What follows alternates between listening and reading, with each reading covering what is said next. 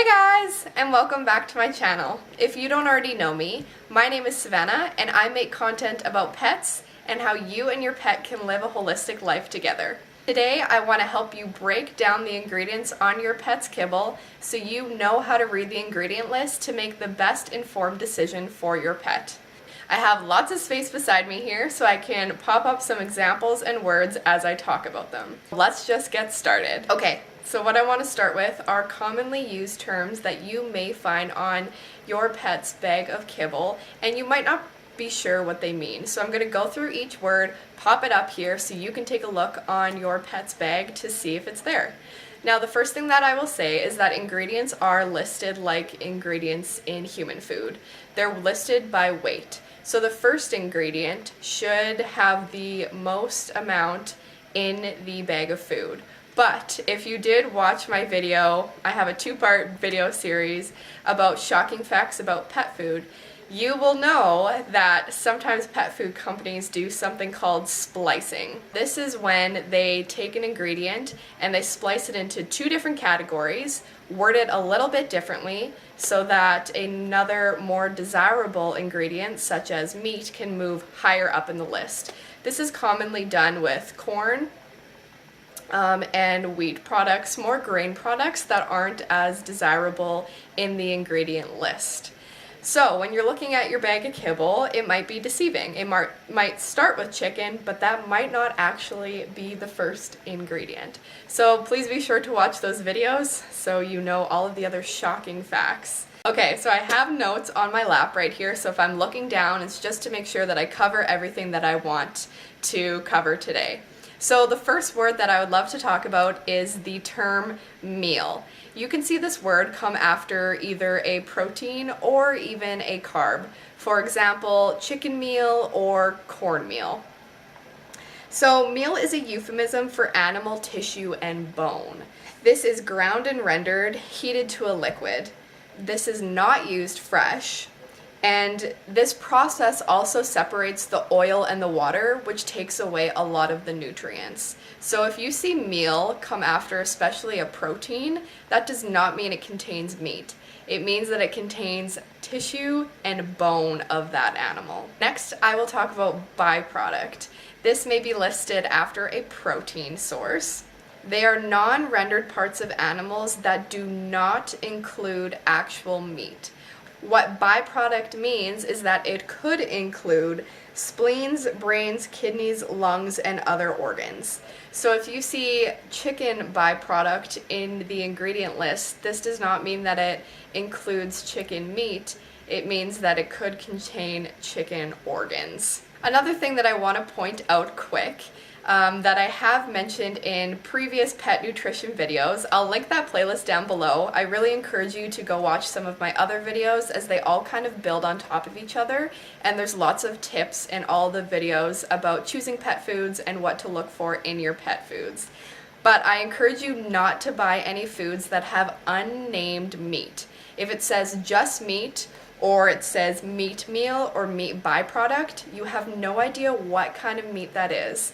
In my two-part video of shocking facts about pet food, I talk about how those unnamed meats might actually mean that your animals are eating other dog and cats.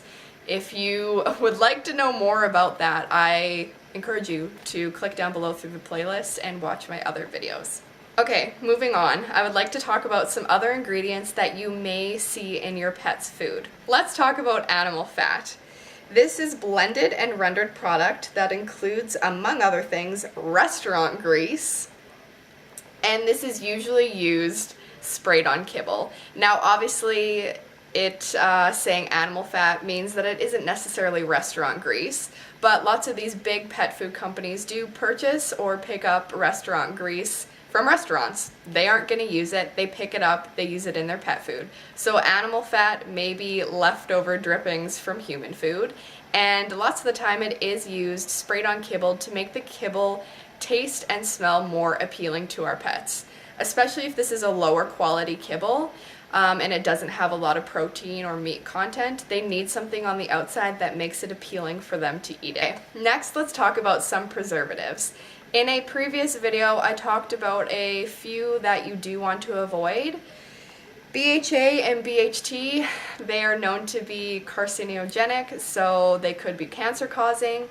Also, propylene glycol is actually a form of automobile antifreeze, so obviously not something that you want in your pet's food. Actually, Beneful used to use this as their preservative in all of their foods, and then there was a massive recall and they changed what they used. Some of the other ones being ethoxyquin and BA gallant. These are not the best preservatives. If you are buying a higher quality kibble, some of the more natural preservatives are vitamin E, tocopherols, citric acid, which is a form of vitamin C, and rosemary extract. It is to be noted with rosemary extract that pets that have epilepsy or are prone to seizures should not be ingesting it. Next, I would love to talk about the term natural in pet foods, both on the front of the bag and in the ingredients. This does not necessarily mean that that ingredient or all ingredients are organic, or that they're even healthy ingredients for your pets. This is a marketing tactic that makes the bags of food look more appealing for us humans to buy for our pets. We want to feed them something natural, but it doesn't mean that it's organic or healthy for them. Also, this term does not mean that it might not include synthetic ingredients. If you see sodium nitrate on your pet's food, this is actually a flavor enhancer and a fixative. This is also an ingredient that is known to be cancer causing, so I would strongly advise steering clear of having this in your pet's food. Something else that is commonly found in pet foods is sometimes soy. Actually, pets have trouble digesting soy. This is usually added in as a filler to make them more full, and I would recommend also steering clear of this ingredient if you see it in their food. An ingredient that everybody always asks about is corn. Is it good for your pet? Is it bad for your pet? Now, it isn't necessarily bad for your pet, but often corn, especially in cheap brands of dog and cat food, are filled with GMOs. And also, if it's listed high on the ingredient list, that should set off warning bells. Next, let's talk about poultry byproduct meal or chicken byproduct meal. Now, I actually have seen this ingredient in lots of pet foods because I've been doing lots of research lately, and when I did my Walmart video, I was reading through a lot of the ingredient lists. This is grinded parts of poultry carcasses that contain bones, organs, and waste, and underdeveloped eggs. So there is actually no actual chicken meat when they say poultry byproduct meal. Okay, let's talk a little bit more about grains. Something else that you may see in your pet's food is barley and wheat. Now, these are two different types of grasses, but they both belong to the cereal group. So you may see both barley in your pet's food and then also wheat, but when you put that together, that's even more carbs in your pet's food. What we've learned today is that we need a low level of carbs. So if you see that, that is a red flag. If you see a lot of wheat in your pet's food and it's very high up the list, that's not good either.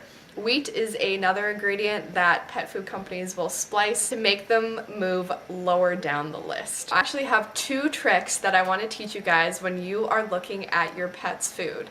The first one is how to calculate the sugar content in your pet's food, and the second one is the salt trick. I learned both of these from Rodney Habib or Dr. Karen Beckner. I don't remember. I follow them both very closely, but I am going to tell you a little bit about them. The first one, how to find out how much sugar is in your pet's food.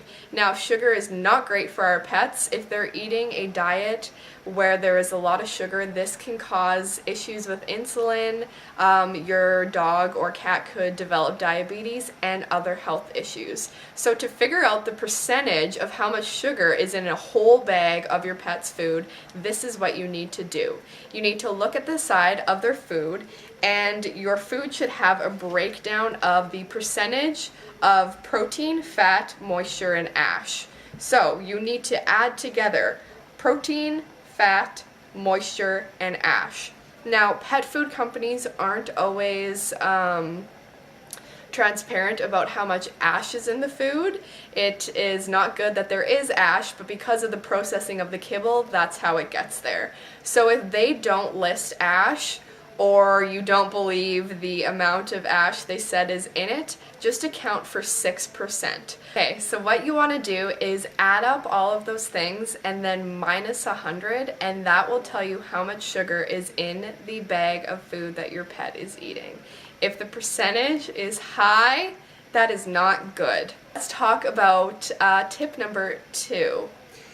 This is the salt trick. I don't know if it has a real name, but basically when you look on the ingredient list in your pet's food, anything that comes after salt has less than 1% in the entire bag. Sometimes on the front of pet food bags, it will tell you that it includes vegetables and fruits, blueberries, carrots, peas, etc. But if you look on the ingredient list, and those ingredients come after salt, there is less than 1% of that ingredient in the food. Now, something else as well, there's different names for salt, so sometimes on the ingredient list they won't actually put salt, they'll put the alternative. If you are ever curious about what an ingredient is, honestly, just Google it, and within a few seconds you will know the answer.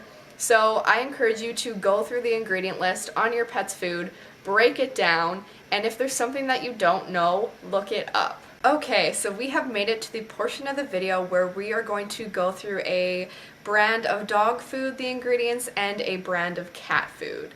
So for today, I chose the Purina Elpo brand. And we are going to be looking at the Prime Cuts Savory Beef flavor. I am going to pop up all of the ingredients and pictures beside me here, and I will be looking at them on my phone over here. Now, on the front of this bag, it says, everything your dog needs, big meaty taste, savory beef flavor. Now, this is one of the brands I actually saw in Walmart when I did my Walmart pet food video. So let's take a look at the ingredients together. The first one being ground yellow corn, which is not promising. They didn't even try to fake it and put meat as the first ingredient. Next is meat and bone meal. What we know from what we talked about before, it's an unspecified meat, so it could contain cats or dogs, and meal meaning that it is not actually meat. Next, it goes on to say soybean meal, beef tallow with preservatives, corn gluten meal, egg and chicken flavor, poultry and pork digest, and then it says salt. And after salt, there is nothing good in this food other than vitamins that are added in. So Elpo, a dog food, literally contains 0 meat. That is pretty scary. Alright, let's move on to the cat food that we're going to talk about today. Okay, if the camera angle is a little bit different, it's because I had to do a little bit of repositioning and start my recording again.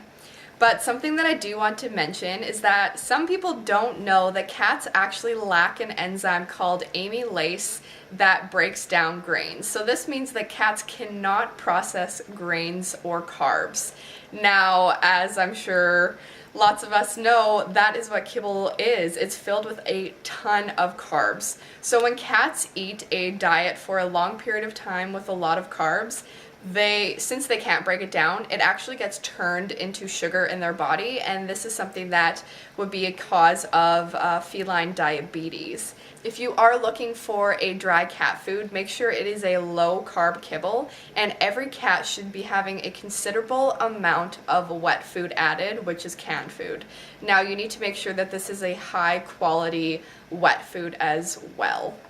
Now what you want to look for in a wet food is something that is low ash and low fat, but high protein and low grain. Also, every cat also needs taurine in their diet, and this helps, this is actually critical for normal vision, digestion, heart function, and immune system. Now, taurine is exclusively found in animal protein, so when cats are eating a diet where they don't have animal protein, this is why taurine needs to be added back in. If your cat's food has no taurine at all, please find a cat food that does. Now, this is actually another brand that I saw at Walmart. Today we are going to talk about Friskies Indoor Delights, their dry food for cats. Now, on the front of the bag, this one says with flavors of chicken, beef, salmon, cheese, and garden greens. Also, you can see by the picture here that the kibbles are colored. Once again, the cat doesn't care what color the food is, but let's just keep reading on.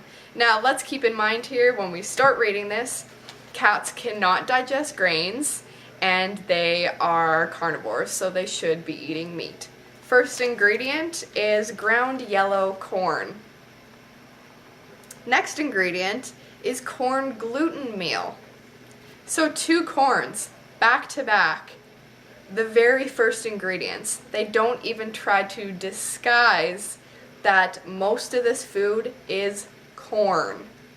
Now, reading on, the third ingredient is chicken byproduct meal, which we read about before. This isn't chicken meat. Then meat and bone meal.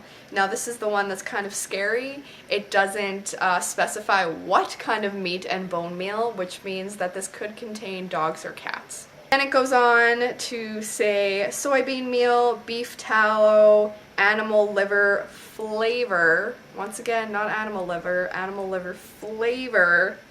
Salmon meal, which means that if we go back to our notes about meal, it's a euphemism for animal tissues and bone. So probably salmon bone, not actual salmon. And then you find the salt on the ingredient list, and after that it says natural flavors. So again, more flavors, not actual meat. And then it says dried cheese. So, looking through this, for a cat that is a carnivore, there is literally 0 actual meat content in this food. Now, that's pretty scary. I will give it the thumbs up that later on in the ingredient list it does contain taurine, but that is artificial taurine added in, not from animal protein. So imagine a cat eating this food their entire life, consuming so many carbs. This is going to give them health issues, and that is scary. Thank you so much for watching till the end of today's video. I really hope you found it helpful. If you did like it, please press the thumbs up button below, and I'd love to have you stick around by you subscribing below. See you in the next one, guys!